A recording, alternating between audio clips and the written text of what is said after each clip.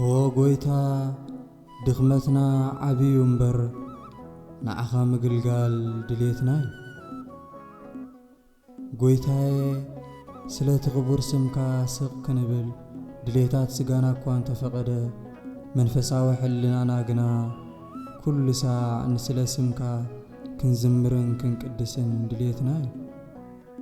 እንተኾነ ንትምኒት ስጋና ክንእዘዝ ዘሕለፍናዮ እዋናት ይበዝሕ። ካብ ብዝሒ ፍቕርኻ ዝተላዕለውን ልብና ንዓኻ ንምርካብ ሃረር ኢሉ እዩ። ኣማዕዲና ካብ ንሪኤካውን ብዙሕ ኮይኑ እዩ። ናብቲ ቅዱስ ስፍራኻ በፂሕና ነቲ ብሩህ ገጽካ ክንርኢ ኣዚና ናፊቕና ኣሎና።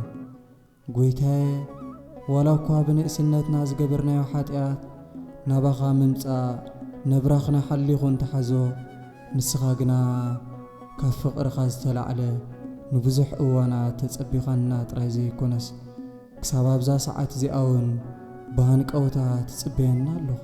ጎይታዬ ንዊንታ ስጋና ምእዛዝ ኣዝዩ ኣድኪሙና ኣሎ እሞ ካብ ድልየታት ስጋና ምፍጻም ወፂና ንዓኻ ክንእዘዝ ትብዓት ሃበኒ። ምኽንያቱ ንስኻ ኩሉ እትኽእል ኣምላኽ ጎይታ ሰራዊት ኢኻ። ናትና ድኹማት ባሮትካውን ድኽመትና ትፈልጥ ኢኻ እሞ ንሕና ካብ ድኻምና ንትሰኣሉ ጥበብ ምስተውዓልካ ክትህበና ሓቢርና ናባኻ ንልምን ኣሎና።